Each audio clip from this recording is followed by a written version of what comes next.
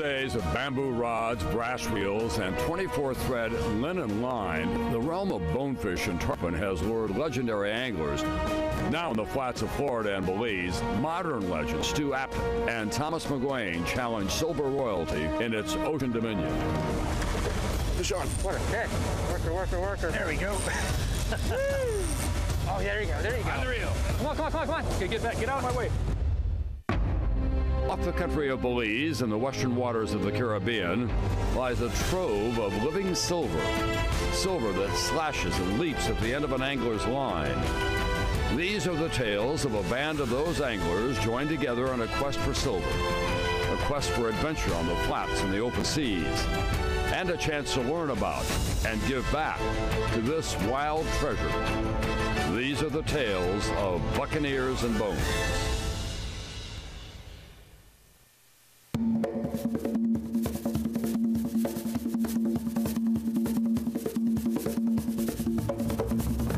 Well, these are all friends and or old friends. A little bit of the testosterone is triggered because we try to outfish each other. Keaton McGuane, they're nothing. They're going nowhere. Zach and I will crush them. You know, a little male bonding isn't the worst thing in the world when you're in a sporting environment. As these anglers set off to face off on the waters of Belize, across the Caribbean, the man called the world's best all-around angler, Stu Apton, and University of Miami marine biologist, Dr. Jerry Ault, link up to pursue tarpon.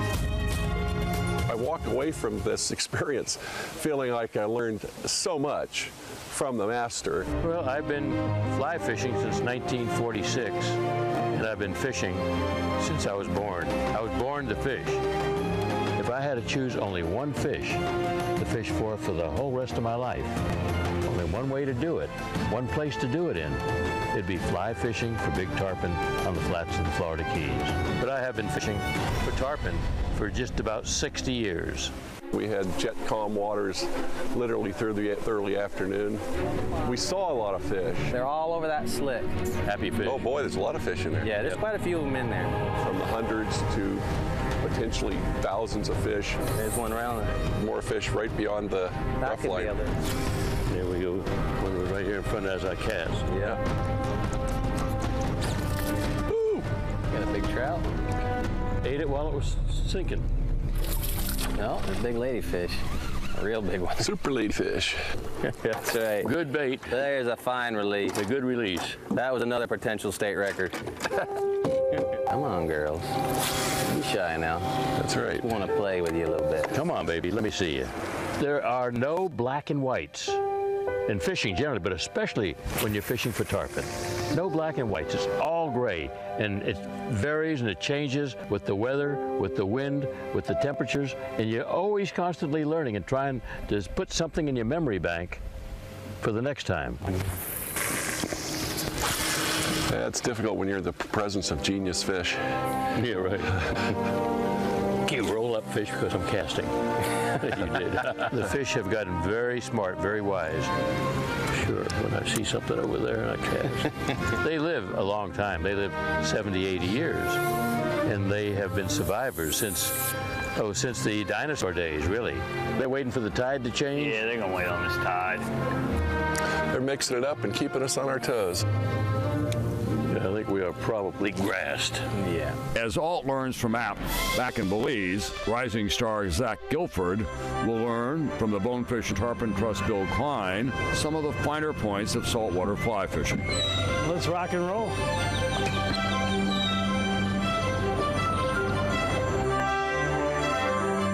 He said we're going to fish in about 30, 40 feet of water, so when you cast out, let it sink down to about 25 or 30. Okay, cool. You know, everyone's got their own tips, and so one of the hardest parts has been sifting through everything everyone's told me and figuring out what works for me and what I just need to kind of like leave behind and not work on. If you try to lift from there, it's going to hit you right in the face.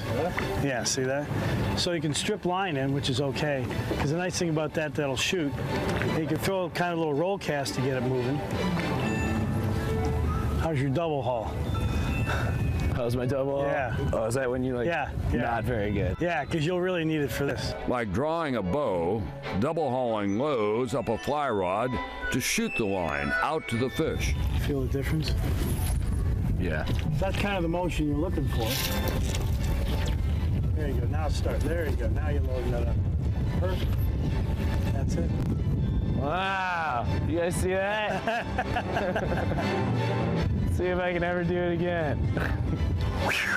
He'll be throwing like a pro. No problem. No problem. Being able to hang out with Zach, I think it was great. He's a really great kid who gives back. In Belize, El Pescador Lodge is a gateway to the vibrant beauty and vitality of the flats. The flats are magical because they are. You're seeing rays and you're seeing small sharks and you're seeing all types of small snappers and minnows. It's just full of life. It was really fun getting out there and walking around in the flats. I mean, we were barefoot. I mean, really in the middle of the ocean, and yet it's only like shin deep. Good spot.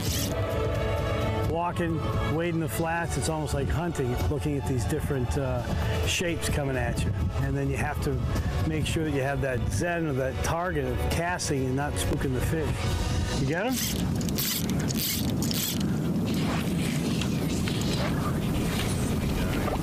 See? Yeah, see how spooky they are? This one keeps coming. Turn. There we go. Yeah.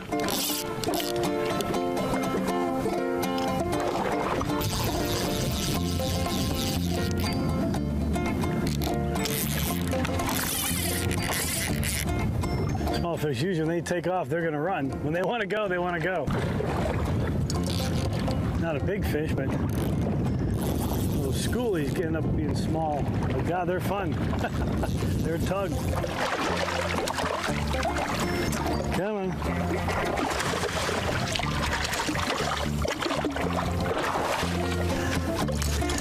See how the back is all green? Yeah. So they blend in. The counter shading of the bonefish with its green back and white belly is protective coloration that helps its shape vanish in the water to the eye of a predator. That's great. Come on. Try to turn them upside down. That slows them right down. You can take the hook out. Whoop, there he goes. I spotted that one. I point guarded that. So Yeah. I get the assist. Yeah.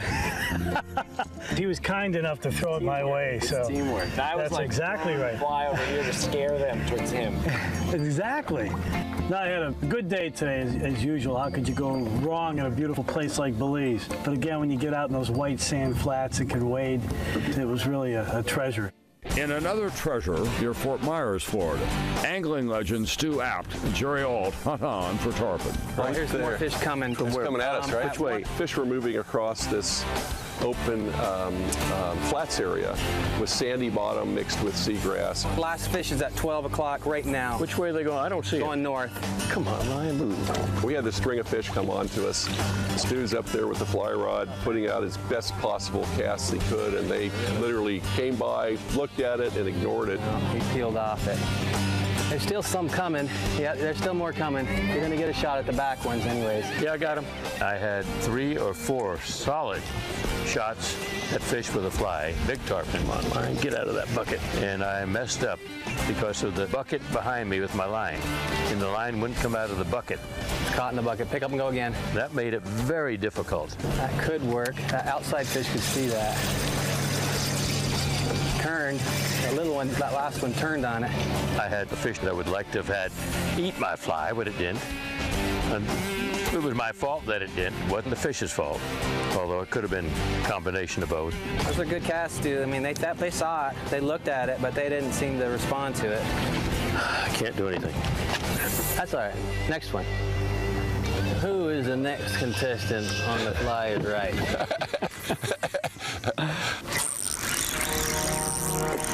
Fish on. Attaboy. All right. Well, boom, the fish just blew up on the bait. I knew you were going to do it, my friend. Red. The probability of getting one of those big fishes in, though, depends on a lot of luck, if you will. That the equipment holds together, that the line doesn't break, that the fish doesn't pop it off, that you get it close. We have to bring the fish up to the boat and with the leader. And that's the moment of truth. Oh, he came off. What happened? Pulled out. Fishing is fishing, catching is catching. The fish chose not to come in. Did you bow to him when he jumped? I bowed. Okay. There is so much luck involved. You can do everything 100% right and not get the hook to stay in. It's nice to be able to show your stuff and be a star, but when you can't, life goes on. On the reel. Now this fish just went into a kind of Rocky Marciano style, very effective bite. I knew I should have done more push-ups.